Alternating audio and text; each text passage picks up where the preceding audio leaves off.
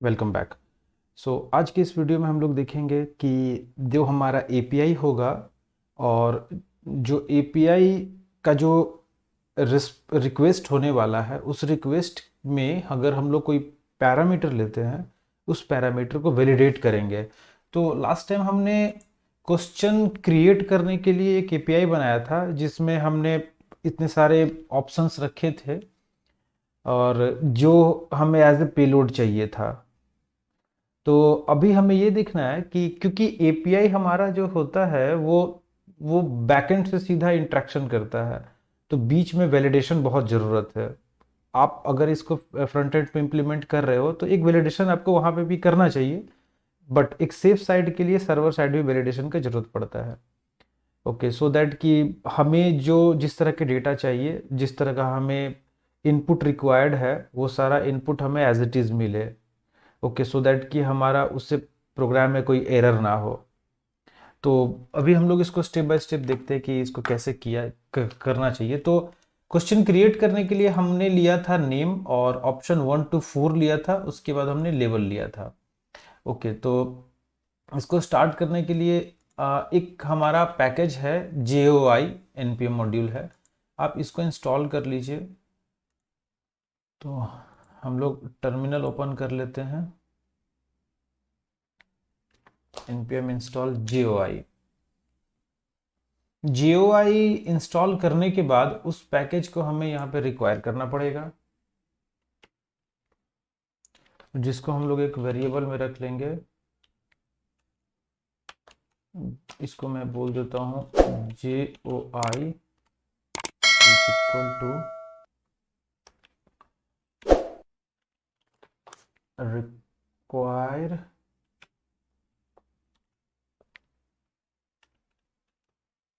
और ये हो जाएगा JOI।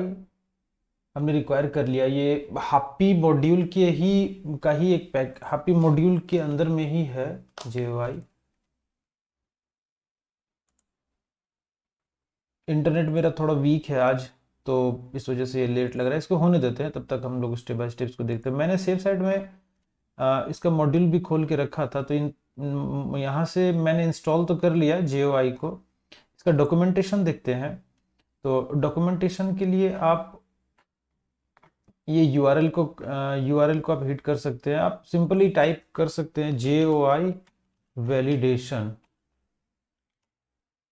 JOI validation.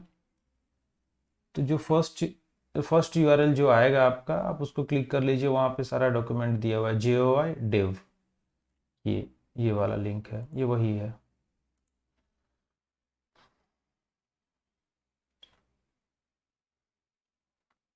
अभी आप यहाँ पे देखो कि इसमें इसमें करना क्या पड़ता है कि इसका इसका एक स्कीमा सेट किया जाता है। ओके, यहाँ पे बहुत सारे एग्जांपल्स हैं, उसके उसको आप रीड कर सकते हो एग्जांपल। ओके, तो यहाँ अब जैसे यहाँ पे देखें तो JOI में ना स्कीमा सेट किया गया है कि मेरा की क्या होगा और वो की का मेरा टाइप क्या होगा और वो रिक्वायर्ड होगा, ऑप्शनल होगा, कैसा होगा, वो सब चीज़ें यहाँ पे रखी जाती हैं। ये ये बहुत बड़ा डॉक्यूमेंट है, तो इसको आप स्टडी करेंगे धीरे धीरे तो वो समझ में आएगा कि जिस तरह का आपका वेलिडेशन रिक्वायरमेंट होगा वो वेलिडेशन आप यहाँ पे ढूंढ सकते हैं। जैसे आप यहाँ देखिए कि बोला गया है कि ए मेरा की का नाम होगा और वो एरे होगा जिसमें नंबर्स होंगे सारे। ऐसे ऐसे करके यहाँ पे सारा वैलिडेशन दिया हुआ है। ये एक बहुत बड़ा डॉक्यूमेंट है। मैं आपको इसमें से कुछ यूज़फुल बता देता हूँ जो जो आपको अक्सर यूज़ में आएगा। तो इसके लिए मैं सबसे पहले करता हूँ ऐसा कि मैं ये मॉड्यूल को ये मैं अंदर के प्रोग्राम को तभी कॉल करूँगा जब मेरा वैलिडेशन पास हो जाएगा। तो उसके लिए मुझे करना ये पड़ेगा कि मैं एक स्कीमा सेट करता हूँ। मैं यहाँ पे बोलता हूँ कॉन्स्ट स्कीमा, और यहाँ पे जो मैंने रिक्वायर किया हुआ है उसको मैं यहाँ पे इंक्लूड करता हूँ। उसका एक मेथड है ऑब्जेक्ट, JOI डॉट ऑब्जेक्ट, और इसके ऑब्जेक्ट में होते हैं, इसके ऑब्जेक्ट में इसका एक मेथड है डॉट कीज। और मैं यहाँ पे बोलूँगा मेरे कितने सारे की हैं, तो नेम ऑप्शन 1 to 4। मैं यहाँ पे बोलता हूँ नेम, एक की मेरा होना चाहिए नेम, जो कि मेरा होगा dot string dot required required. ये मेरा फर्स्ट हो गया।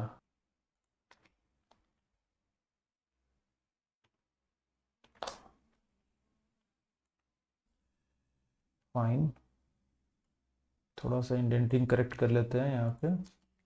इसके बाद ये जो वैलिडेट करेगा वो कैसे करेगा, तो मैं यहाँ पे दो वेरिएबल इनिशियलाइज करता हूँ, एरर एंड रिजल्ट, और ये मुझे मिलेगा schema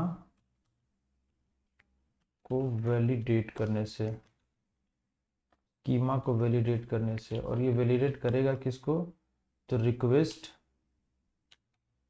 dot payload.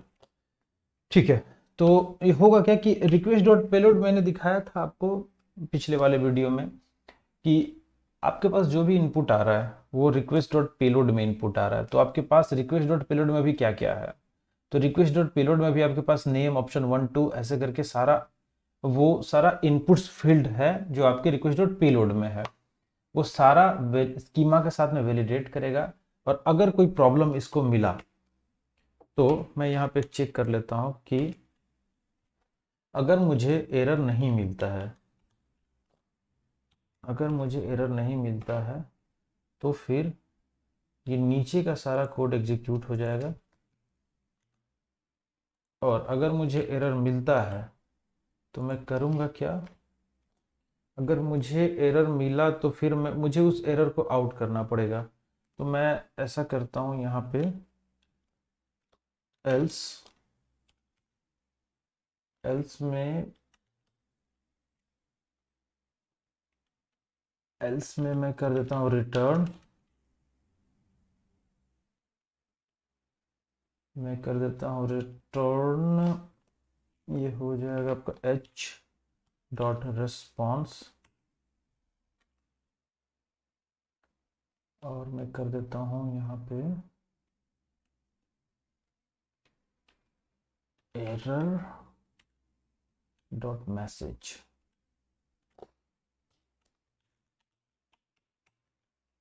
Error dot message, अभी देखते हैं ये क्या होता है।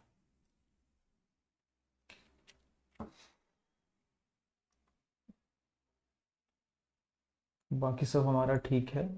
तो यहाँ पे मैंने क्या किया कि सारा मैंने एक स्कीमा बनाया, और मैं ये बोल रहा हूँ कि जब भी ये पेलोड, जब भी एक ही एपीआई कॉल होगा तो फिर मुझे ये सारे इनपुट्स चाहिए।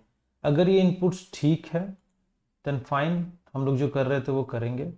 अच्छा, हाँ, जो कर रहे थे वो करेंगे। अगर अगर कोई प्रॉब्लम है तो ये हमारा अंदर का ये प्रोग्राम एग्जीक्यूट नहीं होगा, फिर वो निकल जाएगा। यहाँ पे मैं एक डिबगर सेट कर देता हूँ, इस डिबगर को मैं हटा देता हूँ, बाकी ठीक है। मुझे मतलब सिर्फ एरर से, अगर एरर आता है तो क्या, अगर एरर को कोई कस्टमाइज मैसेज देना होगा, ऐसा कुछ करना होगा तो वो हम लोग यहाँ पे देख लेंगे। डिबग कंसोल में चले चले जाते हैं और हम लोग अपना सर्वर ऑन कर लेते हैं। मैं ऐसा करता हूँ नेम के बदले में कर देता हूँ नेम 1, एक मिस्टेक करता हूँ, और हम लोग वॉच करते हैं कि एरर हमें मिला क्या, क्योंकि ये एरर मिलना चाहिए इस केस में। ओ, इंटरनल सर्वर एरर आ चुका है हमारे पास, किसी तरह का प्रोग्रामिंग मिस्टेक हुआ है कि not read property keys. Keys हमने कहाँ पे यूज़ किया है, ओ थोड़ा सा यहाँ पे मिस्टेक है हमारा। मैंने हैप्पी मॉड्यूल का जीओआई इंस्टॉल कर दिया था, ये स्टैंड अलोन जीओआई मैंने अभी किया है। और इसका थोड़ा मेथड अलग होगा जिसमें कि जीओआई डॉट सिर्फ ऑब्जेक्ट है, तो मैं जीओआई डॉट ऑब्जेक्ट ही रखता हूँ। GOI simple object, no any key. इसको रिमूव कर देते हैं।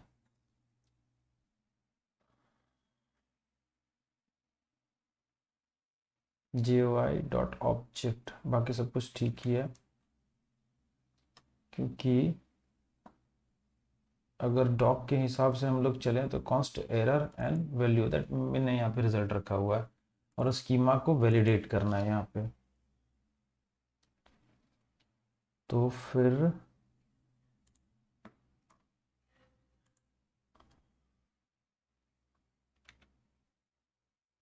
से एरर आया है।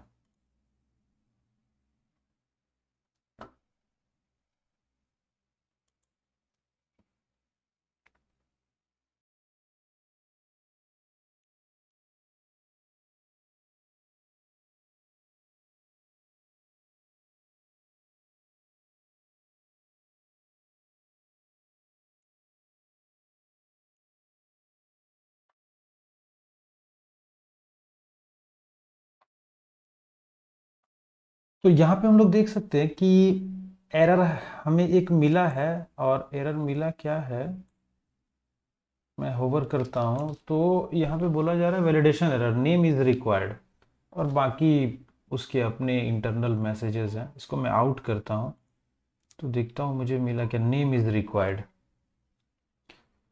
ओके, हम मैंने क्या कर दिया था, नेम 1 कर दिया था। दूसरा एक और ट्राई करते हैं, मैं नेम कर देता हूँ बट इसको मैं कर देता हूँ ब्लैंक, और ये हमारा रिक्वायर फील्ड है, तो ये फिर से मैसेज देना चाहिए।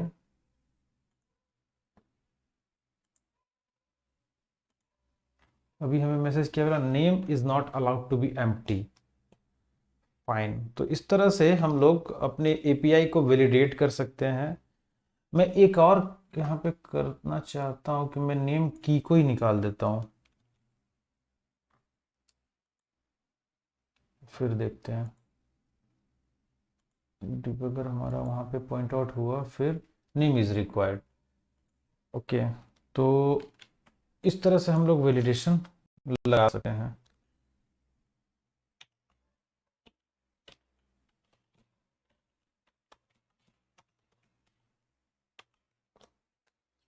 मैंने एक डमी डेटा यहाँ पे डाल दिया है। तो हमने अभी क्या देखा कि जो भी हमारा राउट बनेगा, और जो भी राउट में हमें ज़रूरत पड़ेगी कि ये सारे की हमारे पास होने चाहिए। ओके, तो इसके लिए हम लोग इस तरह से वैलिडेट कर सकते हैं, वैलिडेशन इस तरह से हम लोग लगा सकते हैं। अब आपको यहाँ पे देखना है, जैसे कि लेट से आपका आपका जैसे नेम फील्ड है, तो ये तो मैंने बोला हुआ है रिक्वायर्ड। अभी आपको चाहिए कि इसमें ब्लैंक वैल्यू दे सकते हैं, तो आप उसका एक मेथड है डॉट अलाउ। आप अगर इसको ऐसा बोल दो डॉट अलाउ, और इसके अंदर में अगर आप इसको ब्लैंक बता दें, तो फिर ये उसको रिक्वायर्ड रहेगा बट उसमें ब्लैंक भी वो ले सकता है। तो इसके बहुत सारे मेथड हैं जो आपको, ये जो डॉक मैंने बताया था, इस डॉक से आपको यहाँ से मिलेंगे। आपको असर्ट क्या है, अटेम्प्ट क्या है, इनी क्या है, ऐसे करके बहुत सारे हैं, बहुत इसका बड़ा फाइल है जो कि आप, बट जो ज़रूरी है मेन चीज़ है, बहुत ज़्यादा कुछ नहीं होता। हमें तो बस नॉर्मली यही वैलिडेट करना पड़ता है कि मेरे पास इतने की आने चाहिए। मतलब कॉम्प्लेक्स वैलिडेशन नॉर्मली अगर आपको नहीं करना है तो बस ये रूल जानने से हो जाएगा। अगर कॉम्प्लेक्स क्वेरी करना है कि लेट से अगर आपके पास कोई ऑब्जेक्ट आने वाला है, उस ऑब्जेक्ट के अंदर को की के चेक करना है या उसका डेटा टाइप चेक करना है, तो फिर वहाँ पे आपको डॉक पढ़ना पड़ेगा। लेकिन छोटा मोटा वैलिडेशन है, अगर कि सिर्फ की रिक्वायर्ड चेक करना है या उसका टाइप चेक करना है, तो उसके लिए बस इतना कोड काफ़ी है इसके लिए। ओके देन, यही रहा आज का हमारा। नेक्स्ट वीडियो में हम लोग आगे बढ़ेंगे इससे, और हमें जो प्रोजेक्ट करना है वो हम लोग इसके इसके बाद हम लोग देखते हैं। तब तक के लिए बाय। वीडियो अगर अच्छा लगा तो लाइक कर दीजिए, सब्सक्राइब कर दीजिए। थैंक्स।